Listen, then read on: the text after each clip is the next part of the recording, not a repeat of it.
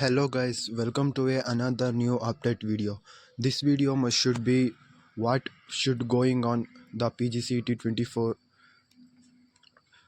ಈ ವಿಡಿಯೋದಲ್ಲಿ ನಾನು ನಿಮಗೆ PGCET 2024 ಅಟ್ ಪ್ರೆಸೆಂಟ್ ಇರೋ ಅಪ್ಡೇಟ್ ಬಗ್ಗೆ ಹೇಳ್ತೀನಿ.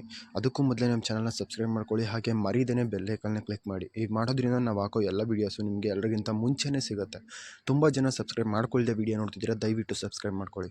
ಈ ವಿಡಿಯೋದಲ್ಲಿ ನಾನು ನಿಮ್ಗೆ ಏನು ಹೇಳ್ತಿದ್ದೀನಪ್ಪ ಅಂದರೆ, ತುಂಬ ಜನಕ್ಕೆ ಇವಾಗ ಡಾಕ್ಯುಮೆಂಟ್ ವೆರಿಫಿಕೇಷನ್ ಯಾವಾಗಿರುತ್ತೆ, ಹಾಗೆ ಡಾಕ್ಯುಮೆಂಟ್ ವೆರಿಫಿಕೇಷನ್ ಆದಮೇಲೆ ಆಪ್ಷನ್ ಇಂಟು ಯಾವಾಗ ಬಿಡ್ತಾರೆ.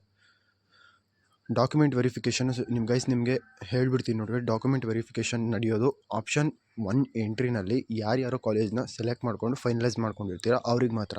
ಯಾರ್ಯಾರು ಹೋಲ್ಡ್ ಅಲ್ಲಿಟ್ಟಿರ್ತೀರ ಅವರಿಗೆಲ್ಲ ಡಾಕ್ಯುಮೆಂಟ್ ವೆರಿಫಿಕೇಷನ್ ನಡೆಯಲ್ಲ. ಹಾಗೆ ಯಾರ್ಯಾರು ಕಾಲೇಜ್ನ ಇನ್ನೂ ಸೆಲೆಕ್ಟ್ ಮಾಡ್ಕೊಂಡಿರೋಲ್ಲ ಅವರಿಗೂ ನಡೆಯಲ್ಲ.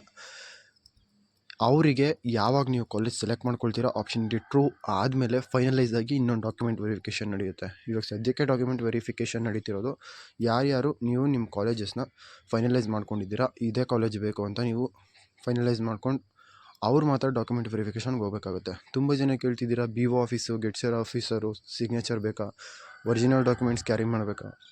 ಹೌದು ಗೈಸ್, ಒರಿಜಿನಲ್ ಡಾಕ್ಯುಮೆಂಟ್ಸ್ ಕೂಡ ಕ್ಯಾರಿ ಮಾಡಬೇಕು. ಹಾಗೆ ನಿಮ್ಮದು ಒಂದೊಂದು ಕಾಪೀಸ್ ಜೆರಾಕ್ಸ್ ಕೂಡ ಒರಿಜಿನಲ್ ಡಾಕ್ಯುಮೆಂಟ್ಸ್ ಜೊತೆಗೆ ಅದಕ್ಕೂ ಸೀಲು ಸೈನ್ ಬಿದ್ದಿರಬೇಕು.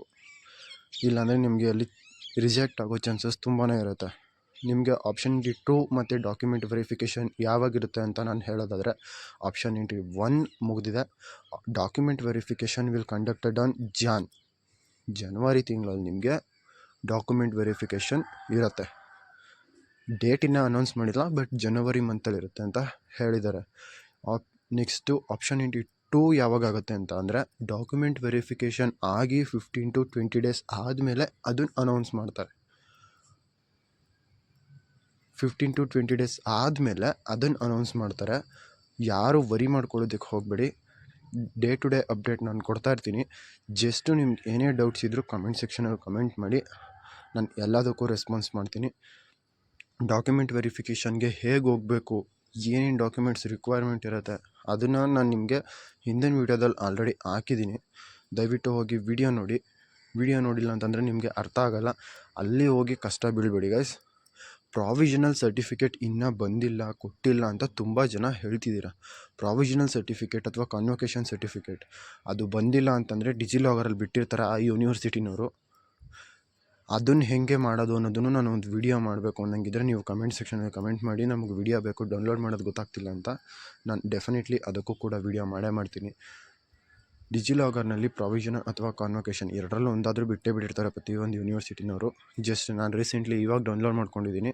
ನಿಮಗೋಸ್ಕರ ಮತ್ತೆ ವಿಡಿಯೋ ಮಾಡಬೇಕು ಅನ್ನಂಗಿದ್ರೆ ಬೇಕಾದರೆ ವಿಡಿಯೋ ಮಾಡ್ತೀನಿ. ಕಮೆಂಟ್ ಸೆಕ್ಷನಲ್ಲಿ ಕಮೆಂಟ್ ಮಾಡಿ ಹೌ ಟು ಡೌನ್ಲೋಡ್ ಅಂತ ಕಮೆಂಟ್ ಸೆಕ್ಷನಲ್ಲಿ ಕಮೆಂಟ್ ಮಾಡಿದ್ರೆ ನಾನು ಮಾಡ್ತೀನಿ. Thank you for watching. ಇದೇ ಥರ ಯೂಸ್ಫುಲ್ ಕಂಟೆಂಟಿಗೋಸ್ಕರ ನಮ್ಮ ಚಾನಲ್ನ ಸಬ್ಸ್ಕ್ರೈಬ್ ಮಾಡ್ಕೊಳ್ಳಿ, ಹಾಗೆ ಮರಿದೇನೆ ಬೆಲ್ ಐಕಾನ್ ಕ್ಲಿಕ್ ಮಾಡಿ. ಆದಷ್ಟು ವಿಡಿಯೋ ಶೇರ್ ಮಾಡಿ ಗೈಸ್. ನಿಮ್ಮ ಸಪೋರ್ಟಿಂದನೇ ನಾವು ಈ ಥರ ವೀಡಿಯೋಸ್ ಮಾಡೋಕ್ಕೆ ಆಗಿರೋದು. ಸಿಗೋಣ ನೆಕ್ಸ್ಟ್ ವೀಡಿಯೋದಲ್ಲಿ.